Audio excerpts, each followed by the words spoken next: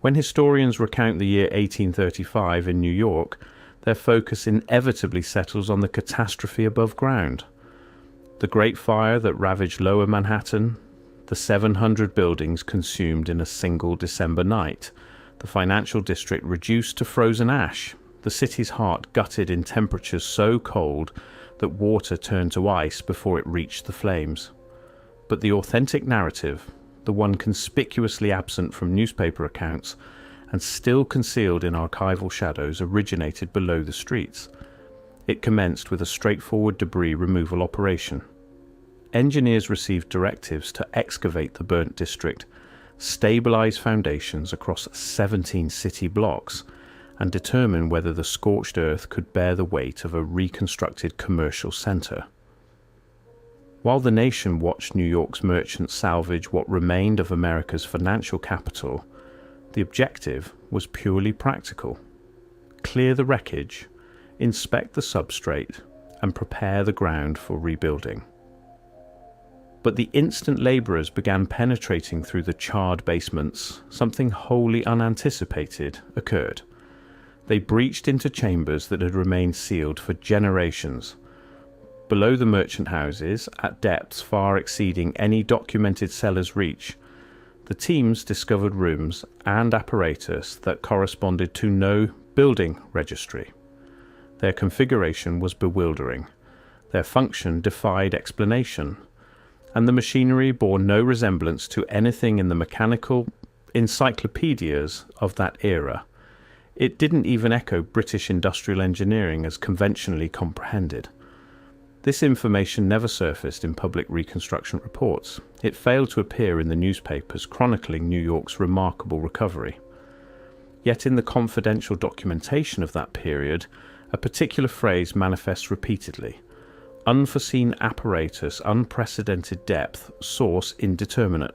The authorized explanation would subsequently compress all of this into antiquated pumping mechanisms, abandoned workshop equipment, or simply misidentified fire debris. Nothing exceptional, nothing warranting scrutiny.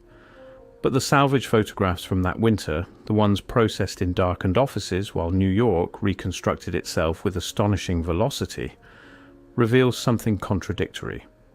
They reveal workers positioned beside metallic enclosures carved with precision, far superior to any foundry of that era's capability.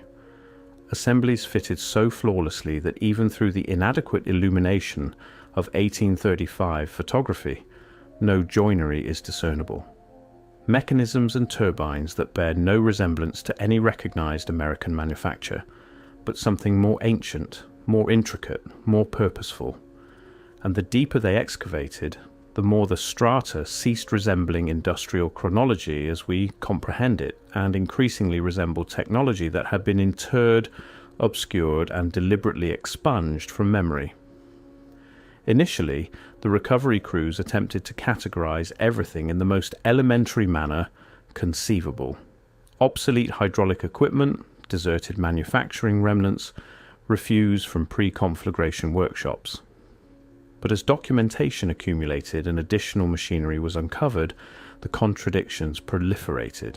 Why were certain mechanisms constructed with specifications far more exacting than any machine facility of the period could accomplish? Why were particular components fashioned in standardized configurations as though mass-produced rather than individually forged? Why did certain systems extend into chambers far beyond the perimeter of any documented structure? And the inquiry that disturbed even the most seasoned engineers: why were these machines so remarkably advanced? New York in 1835 was undergoing rapid industrialization, yet the machinery beneath portions of the incinerated district appeared engineered for applications no contemporary engineer could identify. Recovery teams discreetly acknowledged among themselves that the sophistication and exactitude didn't align with any known manufacturer. And though none of them employed terminology like vanished technology, they were recognizing something equally unsettling. Someone had constructed these machines previously, not rudimentary implements, not primitive engines, power generation systems. As the records expanded, so did the quietness. Reports grew more abbreviated, descriptions turned indefinite, photographs ceased capturing the most comprehensive perspectives of the discoveries. And then the excavation zones were partially backfilled in early 1836, covered where required for new foundations, and much of what had been exposed was returned to obscurity. Only fragments persist, documentation, a handful of photographs, and the subdued testimonies of archivists who examined the files before some disappeared entirely. But even from what endures, a configuration becomes visible. Machinery excessively precise for any recognized manufacturer. Components excessively advanced for the accepted chronology. Engineering methodologies that appear inherited rather than innovated. Technology that seems to belong to an entirely different epoch of construction. And this is where contemporary researchers commence posing questions that the 1835 teams could scarcely articulate. Was New York constructed above a forgotten power complex? Were earlier engineers repurposing machinery they didn't fully comprehend? And why did numerous aspects of the recovery remain undocumented, sealed, or simply eradicated from the records? When the recovery teams advanced past the initial recognizable strata beneath the burnt district, the expectations were elementary. They believed they would encounter basement levels, perhaps some antiquated utility conduits, and dispersed remnants from pre-fire construction. Nothing unusual, nothing extraordinary. But within weeks that presumption shattered because instead of an orderly sequence of basement floors, the teams revealed a succession of technological strata that didn't behave the way infrastructure of a conventional city is supposed to behave. The initial anomaly was interconnection. Each layer, known basement, unknown sub-basements, and whatever existed beneath, appeared to adhere to identical energy distribution systems, identical conduit configurations, identical engineering principles. Different eras shouldn't exhibit that. Different builders, different purposes, different decades. They don't construct in flawless integration with systems from generations prior. Yet beneath New York, they did. Conduits from one period connected directly to conduits buried meters below them. Energy distribution networks maintained the same trajectory, even when separated by what appeared to be entire building cycles. It was as though every group that ever built on this terrain was connecting to an original infrastructure, one that no longer existed in any engineering archive. As the labourers excavated deeper, the strata grew more peculiar. Below the anticipated basement and foundations, they started encountering machinery that resembled nothing like contemporary equipment. Substantially larger housings, considerably tighter tolerances, configurations that appeared excessively mathematically precise for anything in New York's documented chronology. Certain mechanisms seemed almost over-engineered, rotating assemblies with flawless equilibrium crafted with precision that didn't correspond to the crude factories of that period. And then arrived the discovery that confounded even the most conservative members of the engineering teams: crystalline chambers. Not ordinary storage rooms or utility spaces, but geometric chambers lined with materials that appeared to conduct energy. Metal surfaces displaying signs of sustained electromagnetic activity.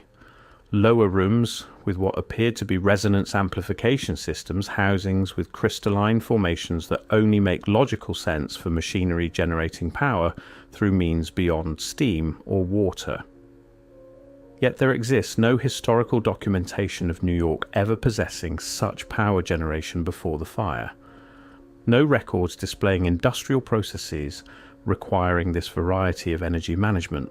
Nothing that clarifies why substantial sections of the deepest infrastructure appear as though they had once housed technology far beyond any recognized power system of the early 19th century. Recovery photographs captured in 1835 and 1836 demonstrate this unmistakably. Workers positioned beside housings so massive that the men appear miniature by comparison. Components machined so precisely that even today electrical engineers examine the archival images in disbelief. tolerances and assemblies that resemble contemporary power generation far more than anything 1830s America is attributed with. But the most troubling detail was not what materialized in the photographs, it was what didn't materialize in the archives. The authorized reports composed in the months following the fire barely reference these characteristics. Certain drawings exclude the deepest chambers entirely. Particular machinery is condensed with imprecise terminology like debris or earlier equipment, even though the photographs demonstrate it was far more intricate than that. The quietness is difficult to overlook. Because if these deeper discoveries genuinely belong to recognized historical periods, why weren't they portrayed in detail? Why weren't the unusual mechanisms documented comprehensively? Why were the photographs distributed across private collections instead of assembled into a single municipal report? Even certain of the components raised a warning indication. Edges excessively sharp, surfaces excessively smooth, channels excessively uniform, marks that appeared less like manual forging and more like precision machining. Machining that, according to the conventional timeline, didn't exist when those components were supposedly manufactured. The deeper the teams excavated, the more difficult it became to incorporate these findings into the orderly linear narrative of New York's past. Because layer by layer, the ground beneath the financial district started to appear less like a sequence of construction phases and more like a repository of buried secrets.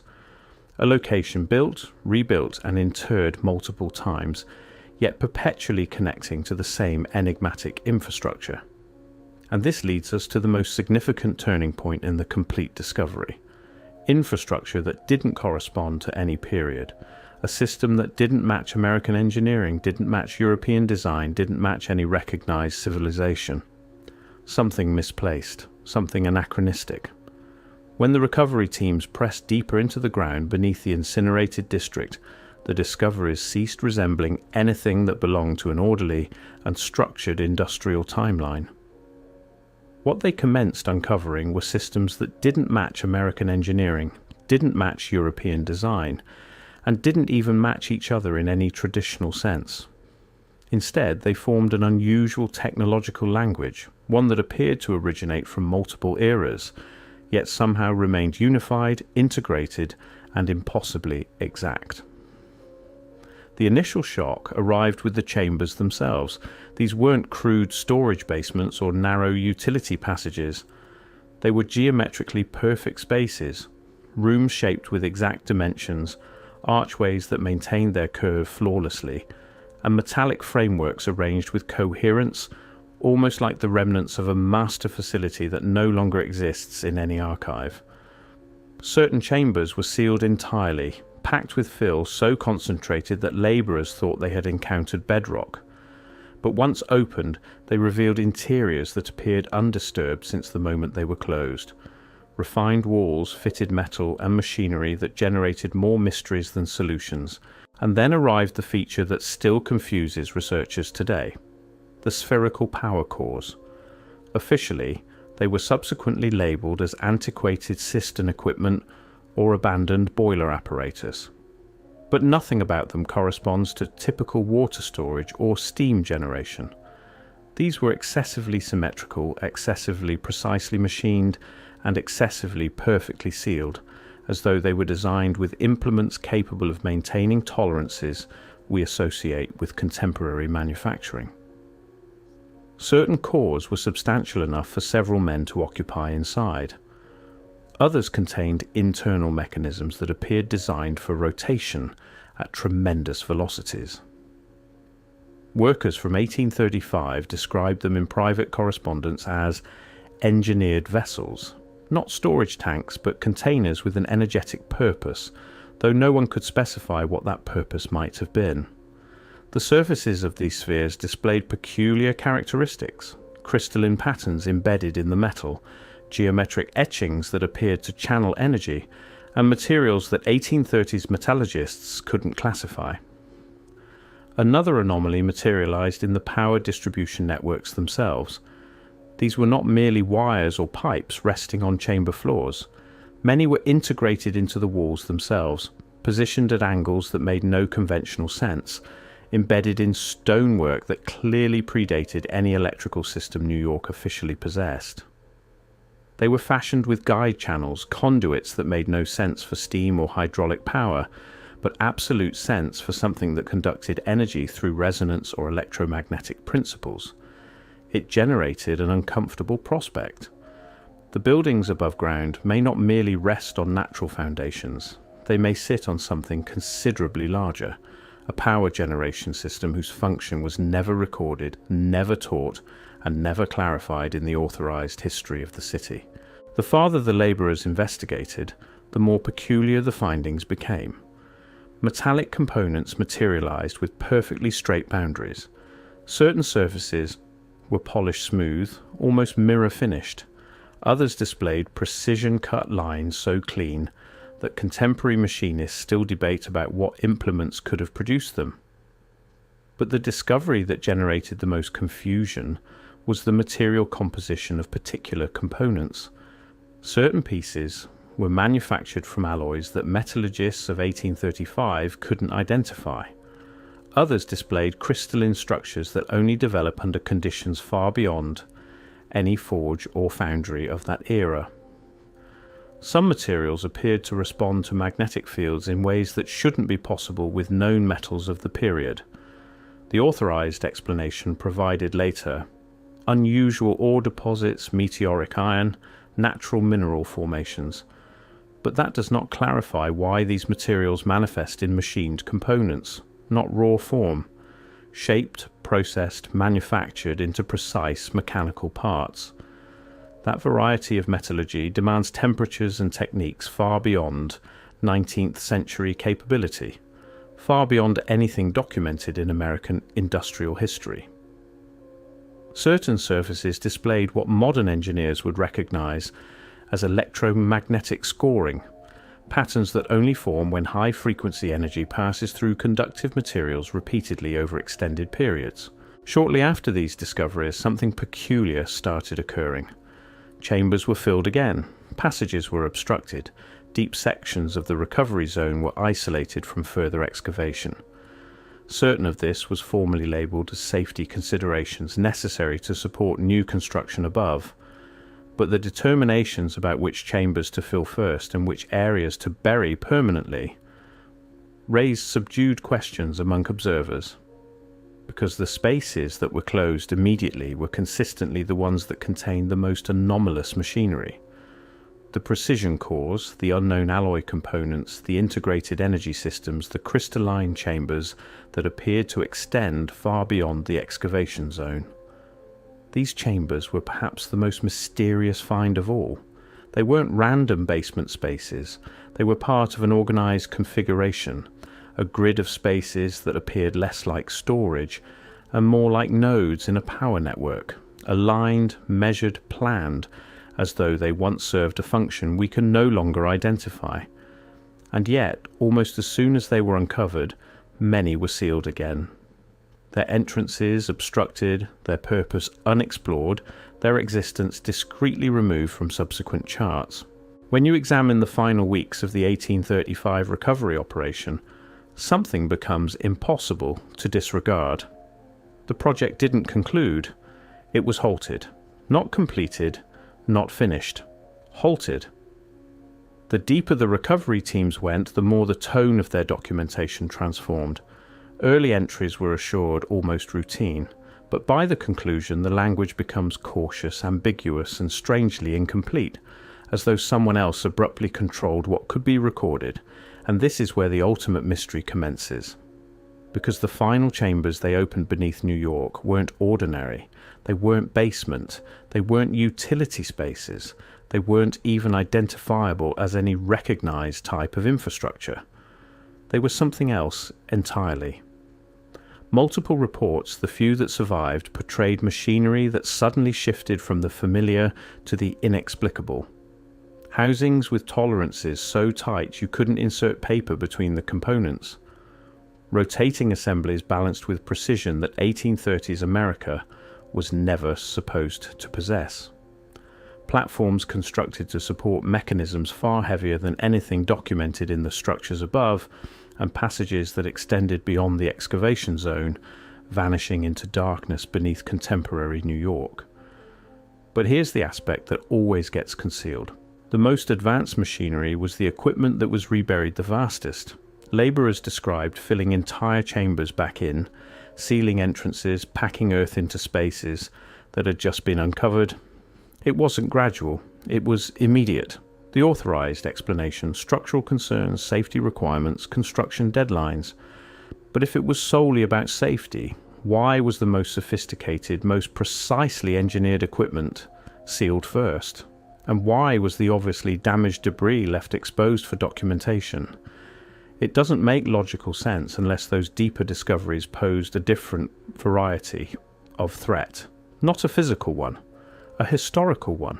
Because if the infrastructure beneath New York genuinely demonstrated engineering far beyond 1830s capability, and if certain of that machinery didn't match any known manufacturer at all, then the entire accepted narrative of American technological development begins to disintegrate.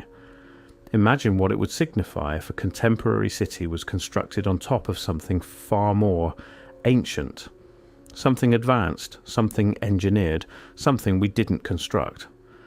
Imagine what it signifies if the foundations weren't merely basement, but deliberate attempts by later builders to conceal or repurpose technology they couldn't clarify. And perhaps that is why the 1835 discoveries were discreetly reburied, not to safeguard the sites, but to safeguard the narrative. The surviving photographs convey their own narrative. Workers positioned next to housings that appear almost contemporary, components that resemble precision manufacturing, systems excessively integrated for their supposed age. These aren't the varieties of discoveries historians prefer to clarify. They're the varieties they prefer not to discuss at all. And that brings us to the final inquiry. An inquiry no archive, no textbook, no authorised publication has ever answered comprehensively. Why was the most advanced evidence, the most sophisticated machinery, the most anomalous technology sealed away again? Because when you step back, the configuration becomes apparent. The precision machinery was interred, the unknown alloys were interred, the integrated energy systems were interred, the crystalline chambers were interred, the spherical power cores were interred, and even portions of the photographic documentation vanished. Almost as though the recovery operation had inadvertently revealed a chapter of history that wasn't supposed to surface. A chapter more ancient than the Great Fire, more ancient than the city we recognize, more ancient than the narrative we were provided. And for one brief instant in 1835, the earth opened just enough to reveal it. But instead of examining it, they closed it again, sealed it, filled it, forgot it, or feigned to. Because if New York stands on top of technology constructed by a civilization we no longer acknowledge, then the genuine question is not what was discovered in 1835. It's what else lies beneath the cities of the world. What other fires? What other disasters? What other convenient destructions cleared the surface just long enough for someone to bury what existed below? The 1835 etheric power plants weren't merely debris from a forgotten factory. They were a glimpse, a brief accidental glimpse, into a version of history we were never meant to witness. And now that glimpse is your clue, your chart, your invitation to question everything we think we comprehend about how our world was genuinely constructed. Because if this is what survived under one city, imagine what still hums in the darkness beneath the rest. Something misplaced, something anachronistic. Thanks for watching, and if you found this interesting, well, there are a lot more cities with stories like this. Maybe I'll see you in the next one.